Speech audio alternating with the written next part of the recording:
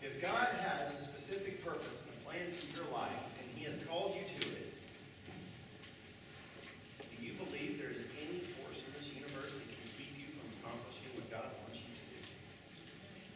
If you set your mind and heart to obey God, to listen to Him, to glorify Him, and to achieve the purpose for which He created you, friends, you have God in your corner. And not only in your corner, He's in the fight with you. And in fact, He told you to go back to the corner because He already won the fight. If our God is for us, who can be against us? The Apostle Paul said it this way. He says, I am convinced that neither life nor death, nor height, nor breadth, nor angels, nor demons, principalities, nothing can separate us from the love of God in Jesus Christ. I called to the Lord from my narrow prison, and He answered me in the freedom of space. Those were the words of Viktor Frankl, days after being released from the Nazi concentration camp. Frankl endured hardship, the life of which most of us will never know. He lived the nightmare of the worst part of Nazi Germany. During his time in the camp, he came to the conclusion that meaning and purpose were the core of the human drive, not pleasure, as Freud and so many others had asserted. Those who had a sense of purpose, even in the midst of the great and terrible suffering of the concentration camp, were able to cope with their harsh reality better than those who did not. This drive is given to us by God and points us to himself. Daily, we are to pray, your kingdom come, your will be done. When we understand that correctly, it gives us meaning and purpose in our lives. It tells us that his kingdom, his will, is what we live for. It's where we find meaning, it's where we find purpose, it's where we will find satisfaction in life. However, because of our own sinful nature and the darkness of the world around us, we often resist this very purpose and try to rewrite God's plan to suit our shallow impulse for pleasure. You agree with that? We try to rewrite it to suit what we want right now. Today, I want you to understand that faith in the darkness means accepting that we are called for a purpose that is larger than ourselves. That each and every day we are called to live a life that not only glorifies God, but achieves his will, that obeys his commands. And it's not because God does it before, it's not simply so God can see who will say yes and who will say no, and he'll just randomly throw commandments out there. Friends, his commandments have to do with life. They are life. To disobey is death, separation, anxiety, fear. But to obey God is to find a meaning outside of yourself. Today it is a popular thing to say, look in your own heart, trust your gut. Anybody hear that? Trust your feelings. Well, friends, I'm here to tell you today, don't trust your feelings. Trust the Word of God. Trust God and find your purpose in serving him. When we trust ourselves, we will go astray. And friends, that is nowhere more evidence than in the book of Exodus.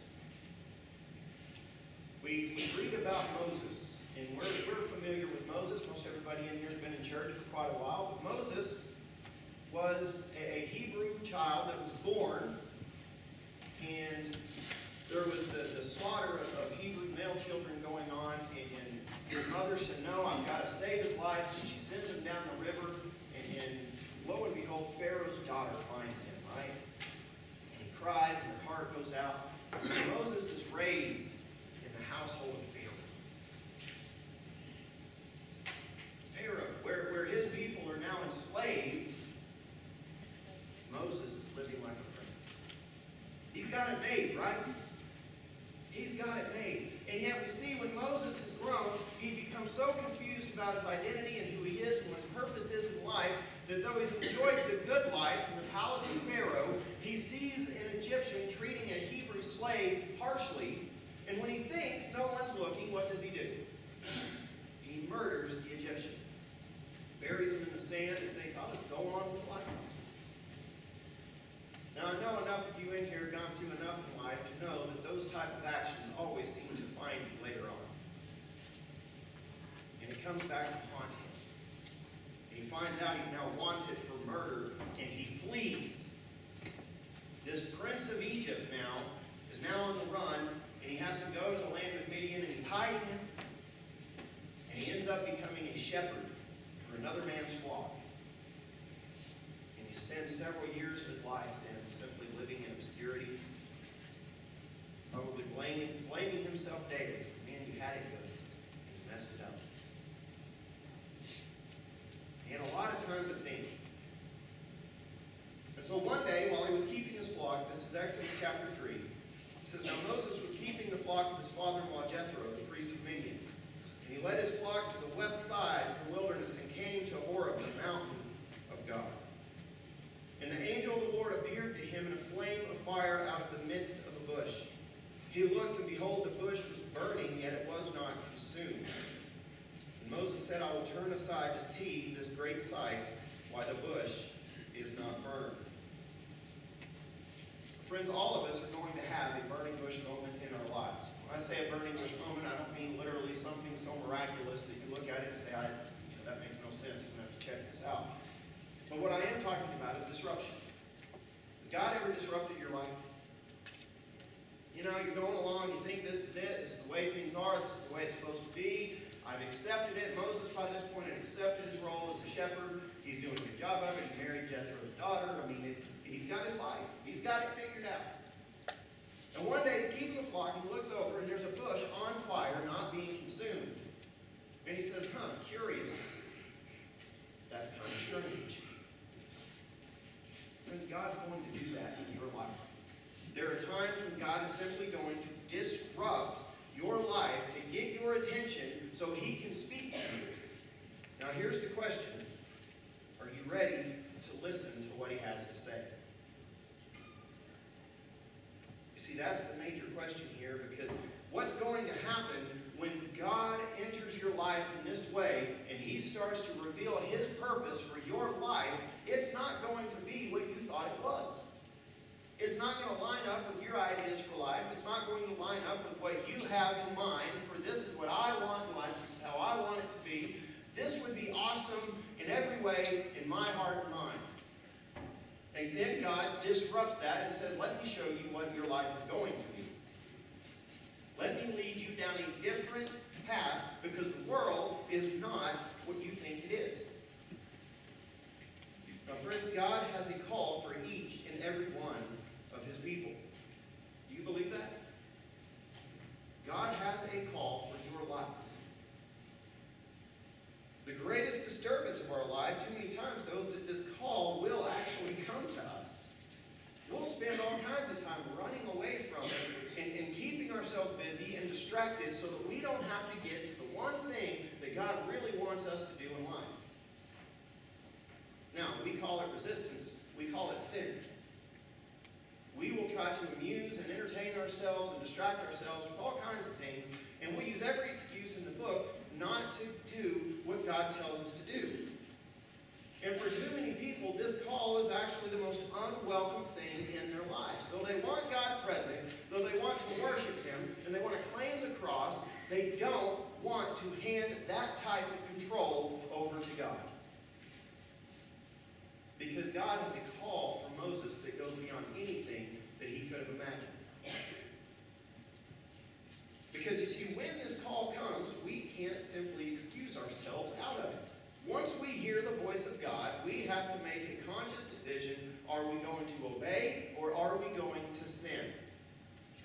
Now, I want y'all to keep that in mind over the next few weeks and months as we continue in this sermon series, because you're going to see it come up over and over and over again. There's a man named Jonah who heard the call of God, and what did he do? He ran from it. Moses hears the call of God. He doesn't run from it, but he resists it with everything he has, to the point of angering God. Now, friends, I don't know about you, but I want to try as much as possible and not be in a position of angering my God. God is patient, but he can get angry at the same time. And when his people stubbornly refuse to bend their neck, when they stubbornly refuse to bow their will to his purpose for their lives, and they just dig in their heels and say, this is who I'm going to be, and this is how it's going to work, friends, God's anger is kindled. Now, it's not an anger that's out to destroy you. It's not an anger that says, I'm going to get revenge and take vengeance upon you and lose control. It is an anger that is going to convince you of God's power and convince you that his will is right. It is still a redemptive anger that wants to lead you into his life and his will. Now, make no mistake, that can still hurt and it can still freak you out. God will get your attention one way or another. And so after many years of living in fear and separation, Moses was now ready to hear the words of God.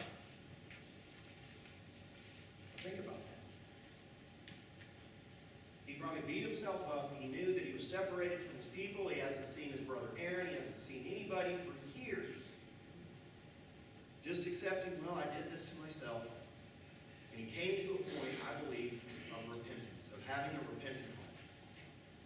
And when that moment came, God sent an angel in the burning bush, and he spoke with him. And friends, listen to this marvelous call. In chapter 3, verse 7, it says, Then the Lord said, go back up to verse 6. Verse 5, he says, Then he said, Do not come near. Take your sandals off your feet, for the place on which you are standing is holy ground. And he said, I am the God of your father, the God of Abraham, the God of Isaac, the God of Jacob. And Moses hid his face, for he was afraid to look at God. Verse 7. Then the Lord said, I have surely seen the affliction of my people who are in Egypt, and have heard their cry because of their taskmasters. I know their sufferings, and I have come down to deliver them out of the hand of the Egyptians, and to bring them out of that land to a good and broad land, a land flowing with milk and honey, to the place of the Canaanites and the Hittites and the Amorites and the Perizzites and the Hivites and the Jebusites. And now behold, the cry of the people of Israel has come to me, and I have also seen the oppression with which the Egyptians oppress them. Come, I will send you to Pharaoh, that you may bring my people, the children of Israel, out of Egypt.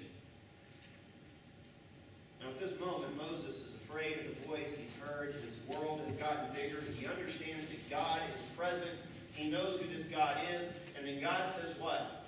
I've heard the suffering of my people, and Moses, I'm sending you to go get them. Go bring them out. I'm freeing them from Egypt. I want you to put yourself in Moses' shoes for just a second. Why is he out in the wilderness?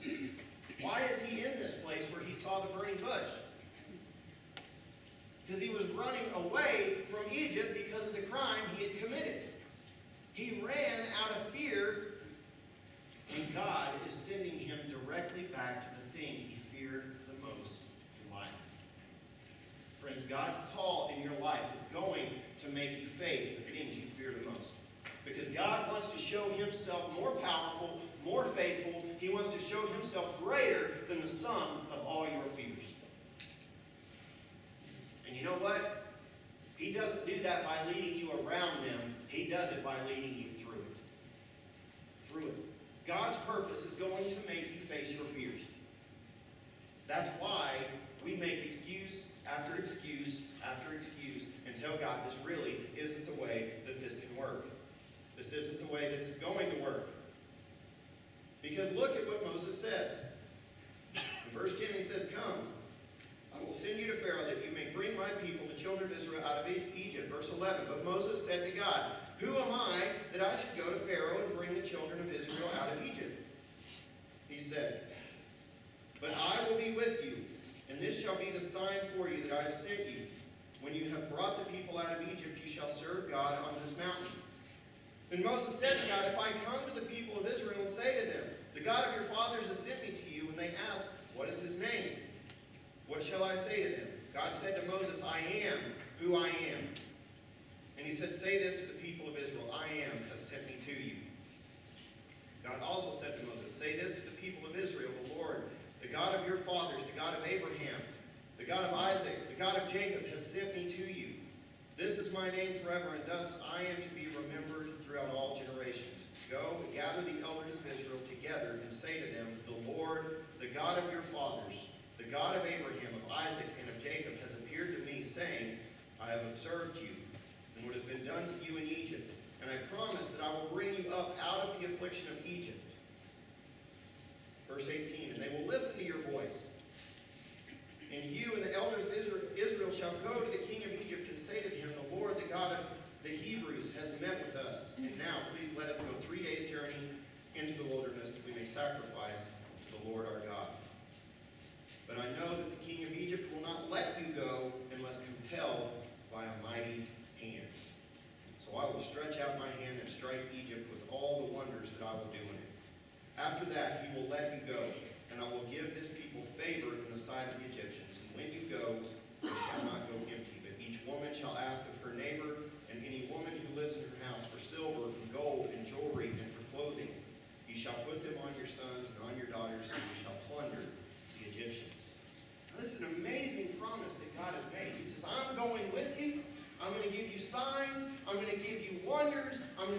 mighty hand against Pharaoh. Is that enough to convince Moses? What does Moses say? You go on in chapter 4, and he says, you know what God said? Why don't you get someone else? And he says, no, I'm going to be with you. Really, God, why don't you get someone else? I think it would be better if somebody else went. And he starts making excuses. He says, look, I stutter. I'm not eloquent of speech. I have a problem. The Hebrew right here literally says, I am slow of speech and fat of tongue. Why do you think Moses was resisting this so much? Because he had to come to terms with his own heart, with his own inadequacy, with his own sin. He had fled from Pharaoh. Pharaoh wanted to kill him for murdering an Egyptian. And now God is sending him right back into that situation. And in my mind, every time Moses heard, you will go before the king of Egypt, you will go before Pharaoh, his heart just had to melt.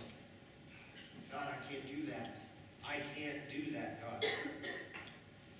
I fled. I had to get out of that place. You want me to go back? And God continues to push and continues to push until Moses finally understands he is not who he thinks he is. Friends, God's purpose is not only going to make you deal with your fears, it is going to lead you into your true identity in Christ. And you will find out you're not who you think you are. So many times we accept the lies of this world who tell us this is who you are, this is what you're capable of. Friends, when I read in Scripture, is that with God, all things are possible. With God, all things are possible. Do you believe that? With God, all things are possible. So if God has a calling on your life, and you look at that calling and say, I just don't think I can do that, God, what do you need to remind yourself? With man, this is impossible. With God, say it with me, all things are possible. All things are possible. Friends, God's call and His purpose, He leads you into the darkness so that He can draw you to Himself and tell you who you are. But friends, we have to stop defining reality by how pleasant things are around us. We have to stop judging God's favor upon us by how easy life is. That's an incredible temptation, isn't it? We get in our head that, look, if I do what's right, if I honor God, life will be easy. Anybody ever have those thoughts? When things get hard, I must have done something wrong. God must be angry with me. Anybody have those thoughts? God, what have I done to make you mad? And so we start trying to perform better. We start trying to work harder. We start trying to fix ourselves when really what God wanted you to do was to not look at the circumstances around you, but to look at Him. And sometimes God allows the darkness to come straight up to you. It's right there so that you have to focus extremely hard on Him and learn to pay attention to Him. Is it a test of faith? Yes, it is a test. But don't think of it in the terms of pass or fail. Think of it in the terms of exercising your faith so that it can get stronger. So that it can be more fit. See, I think of the story of Peter stepping out of the boat. All of the apostles are there. Jesus is walking on the water. There's a storm, there's wind, there's darkness all around them. Now, friends, understand, a storm at night on the sea, that is the blackest night you're ever going to experience during that time. It's not like they had the flashlight or something they can turn on. No candles, no lanterns staying lit because of the storm. It is just dark. The only time you see something is a flash of lightning that goes on and then it goes black again. Just black. No stars, no moon, just blackness. And they hear the voice of Jesus. And they see Him standing on the water. And they're terrified. But Peter, inexplicably, says, if that's you, call me out onto the water. Friends, that's an exercise of faith. We get on to Peter for what comes later in the story, but friends, he stepped out of the boat. He had enough trust in his Lord to say, if it's you, go ahead and call me out. I will get out of the boat against all common logic, against all laws of physics. I will come walk to you on the water. And Jesus says, yeah, come on. Come on to me. Now, how do you think that conversation went down in the boat? I'm getting out of the boat, guys. You're what? Peter, you'll die. Peter, you're being stupid. Peter, there's no way that this is going to work. I guarantee some of the other disciples were looking at him and going, man, he's crazy. And John's looking at him saying, well, it's nice knowing you, man. I hope it works out. Peter was the only one, and yet he steps out and starts walking on the water. What do we read in the story? He's going to Jesus. Everything is fine. And then he starts to look around at the darkness around him. He sees the waves. He hears the thunder. And he becomes afraid and he starts to sink. Does he give up? No. What does he say? He knows where his salvation is. He says, Lord, save me. And he reaches out to Jesus, and Jesus grabs him and pulls him back up. Now, what does Jesus say after that? He says, oh, you of little faith. He didn't say no faith. He said little faith. Friends, if a little faith is enough to get out of the boat and walk on the water in the middle of a storm, friends, what does great faith do? That's why Jesus says, if you have faith the size of a mustard seed, you can go tell this mountain to go. It starts with small beginnings. It starts with little things in your life. And one of those small things that we oftentimes consider insignificant is our identity of who we are in Jesus Christ. When I realize I am His child, He is my God, I am forgiven, and grace has taken care of everything that could ever be needed, and that my failure is already atoned for. That my God is not mad at me because He poured that wrath out on Jesus. That I know that my God loves me, that He accepts me, and that He has a relationship with me because He wanted it. That He wants me in His world. That He wants me in eternity with Him. When I accept that identity as a child of the King, friends, my fears go away. When I know who I am, and friends, I know what I'm supposed to be doing too, I will find my purpose in life. Friends, that's why we have right here, discover God, find your purpose. If you do not learn how to serve God out of a sense of identity of I am His servant, I am His slave, I am His child, and the work He gives me to strengthen my faith, to grow me in His kingdom, to reveal Himself to me. And if I fail at this, it's okay. God saw it coming. He's not asking me to be perfect. He's asking me to walk with Him. Then I'm able to get right back up and continue to serve Him and walk with Him in His grace. But friends, I have to accept who I am. And Moses had to accept that. And God had to prove it to him over and over and over. You see, friends, your limitations in life are there on purpose. How many of you think, if I were just better at this, then I could really do something for God? Anybody ever had that? If I was just really good at this, then I could really serve God. If I were just better with people, if I could just sing better, if I could just remember Scripture better, then I could really do something for God. Friends, your limitations are there on purpose. God gave them to you so that you'd have to look to Him. How many of you look at your weaknesses as a means of God's grace in your life? See, we look at our weaknesses as something to be overcome. You have to master them. We got to overcome these weaknesses. Friends, you can't overcome it on your own. It requires God's grace and His Spirit and His power in your life for that weakness to be overcome. C.S. Lewis said it best. He said, God gave us sleep to remind us we're not Him.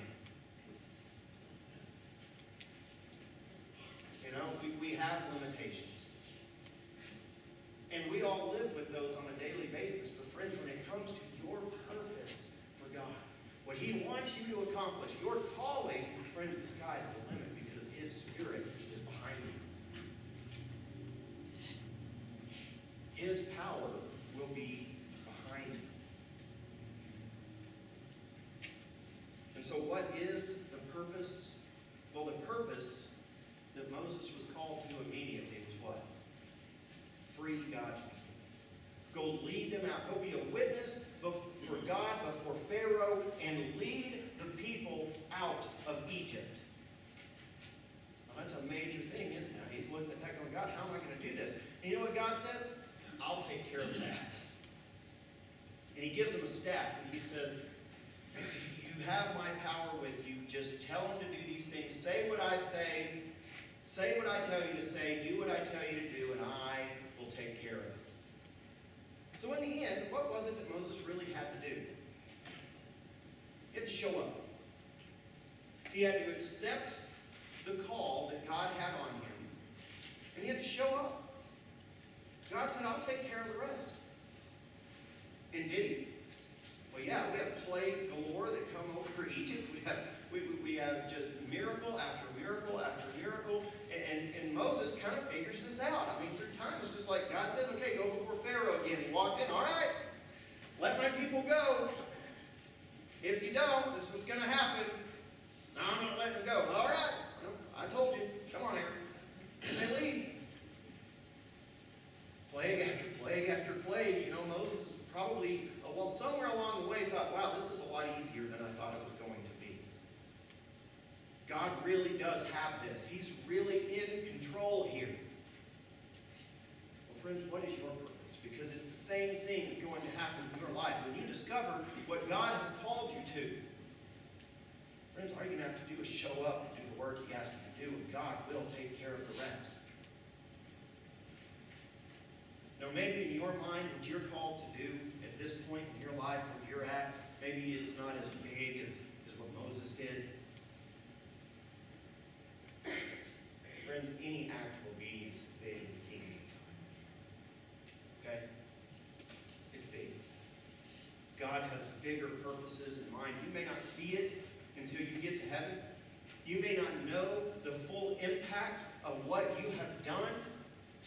But if you will live for the purpose He has called you to, if you will fulfill that and say, God, I will give it my all, I will give it my best, and I will leave the results to you, friends, you're going to get to heaven and find out your works have followed you there. And God's going to reveal what He did through you, and you're going to be amazed. In fact, you're going to be so amazed, you're going to take your crown off, and you're going to throw it at the feet of Jesus and say, this is yours. You did this. And I'm just going to praise you for it. But friends, you will find out who you are. You will face your fears. And friends, you'll see God work in miraculous ways. Friends, you have to show up. You have to show up. You know, the scriptures tell us whatever you do, word or deed, do all to the glory of God. When you eat or drink, whatever you do, do all to the glory of God. You know what that tells me?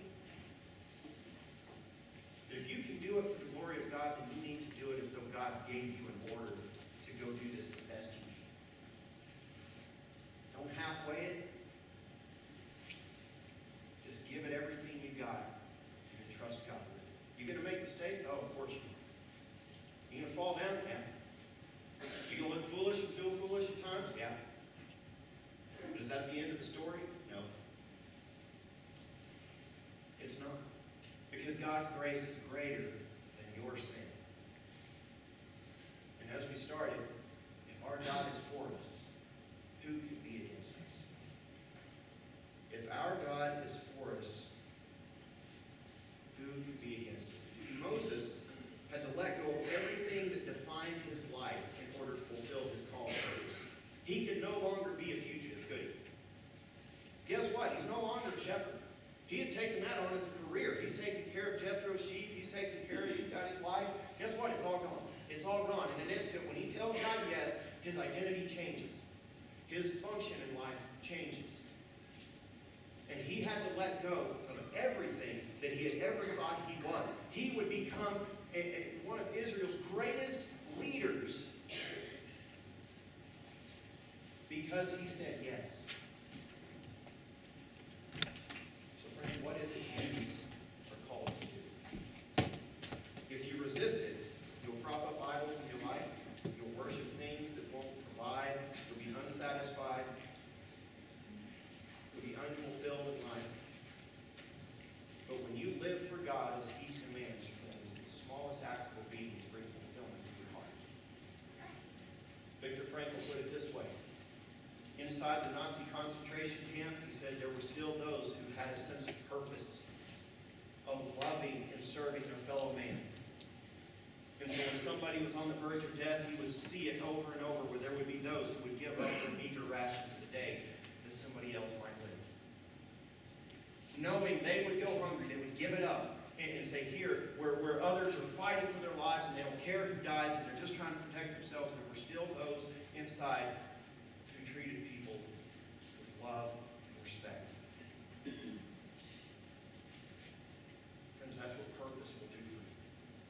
You'll know who you are. You'll know what you stand for. And you'll know what you are here on earth to do. Now, can that change? Yes. Our purpose, in some sense, can change as we go through different seasons of life. But it's still to glorify God. But yes, the purpose of a 25-year-old and the purpose of a 70-year-old are probably going to be different. But you know what? That's why the body of Christ is the body. And each part does its part. We can't all be the same. We have to have different functions. But when you fulfill your function in the body of Christ, friends, you are fulfilling your purpose and other people benefit. And God is glorified. And ultimately, friends, Moses was called to set people free. Friends, so are we. We are called to set people free. Do you believe that? Go, make disciples of all nations, baptizing them in the name of the Father, Son, and the Holy Spirit, teaching them to obey all that I have commanded.